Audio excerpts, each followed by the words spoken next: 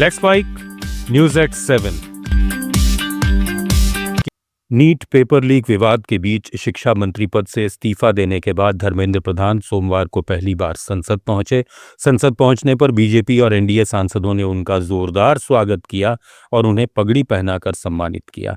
इस दौरान कांग्रेस महासचिव जयराम रमेश ने प्रधान से मुलाकात कर कहा, इट हैपन्स। इसके जवाब में धर्मेंद्र प्रधान ने कहा, नथिंग हैपेंड। उन्होंने खुद को स्ट्रीट फाइटर बताते हुए कहा कि वो एसी रूम में बैठकर राजनीति करने वाले नेता नहीं हैं।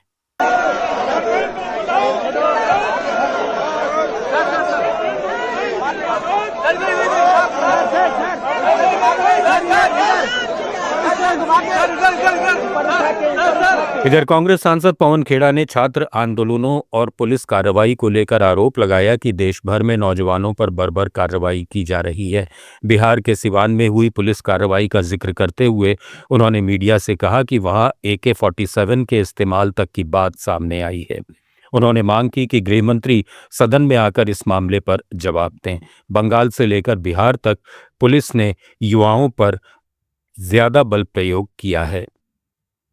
वही है जो हमला 20 तारीख को हुआ वो आज तक जारी है, पूरे देश में जारी है। बंगाल, बिहार, अलग अलग राज्यों में हम देख रहे हैं, रिपोर्ट्स आ रही हैं कि नौजवानों पर पुलिस बहुत ज्यादा बर्बरता इस्तेमाल कर रही है। देश के नौजवान, देश की पुलिस, देश का गृह मंत्री, जवाबदेही तो देनी होगी।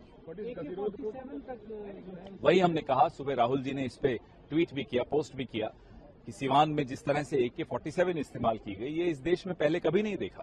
लेकिन इस गतिरोध को खत्म करने का दिल्ली में समाजवादी पार्टी के अध्यक्ष अखिलेश यादव ने कहा कि इतना बड़ा आंदोलन सरकार की कोशिशों से खत्म हुआ या सरकार ने छात्रों की मांगें मान ली, इसकी जानकारी सरकार को देनी चाहिए। उन्होंने आरोप लगाया कि सरकार को बताना चाहिए कि वो किन मुद्दों पर पीछे हटी है। सवाल इतना बड़ा है कि नीट में बच्चों की जान चली गई। आपने आश्वासन दिया बच्चों को, केस मुकदमे नहीं लगेंगे, पर मुकदमे लग रहे हैं। अगर सोशल मीडिया पे लिख रहे हैं तो पुलिस जा रही है उनके घर पे। तो क्या आश्वासन था आपका? बातचीत से ही हल होगा ना सर, नहीं, सारी चीजें बातचीत से हल होगा कि आपके फैसले का अमल जमीन पर होगा। जिन परिवारों के बच्चों की जान की क्या मदद की है सरकार ने अभी तक? क्या कोई स्टेटमेंट आया कि आपके चैनल पे चला क्या ये बात कि उनके परिवारों को ये मदद करने जा रही है सरकार?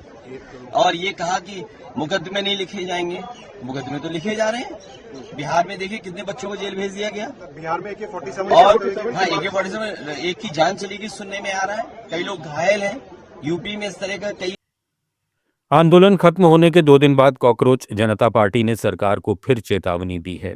पार्टी का दावा है कि कई राज्यों में प्रदर्शन में शामिल छात्रों के खिलाफ अब भी FIR दर्ज की जा रही हैं और गिरफ्तारियां हो रही हैं। CJP के प्रवक्ता सौरभ दास ने कहा कि सरकार ने प्रदर्शनकारियों पर कार्रवाई नहीं करने और FIR वापस लेने का आश्वासन दिया था, लेकिन असम, पश्चिम बंगाल और बिहार से कार्रवाई की खबरें सामने आ रही हैं। पार्टी का कहना है कि उसकी लीगल टीम हिरासत में लिए गए लोगों की मदद कर रही है।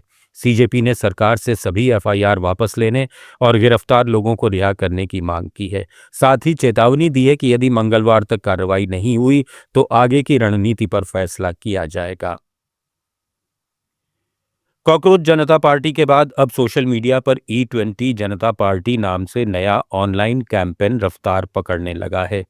ये अभियान एथेनॉल मिक्स्ड पेट्रोल यानी E20 फ्यूल को लेकर विरोध जता रहा है।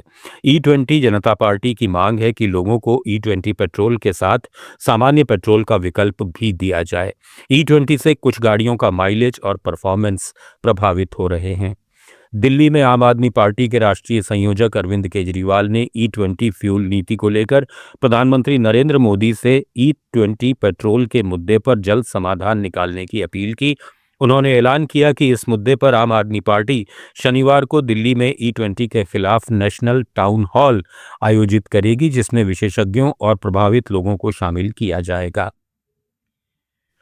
न्यूज एट 7 में फिलहाल इतना ही। बने रहिए लेट्स माइक के साथ। आप सुन रहे थे let's mic more than radio. Follow कीजिए हमें हमारे सोशल मीडिया प्लेटफॉर्म्स पर।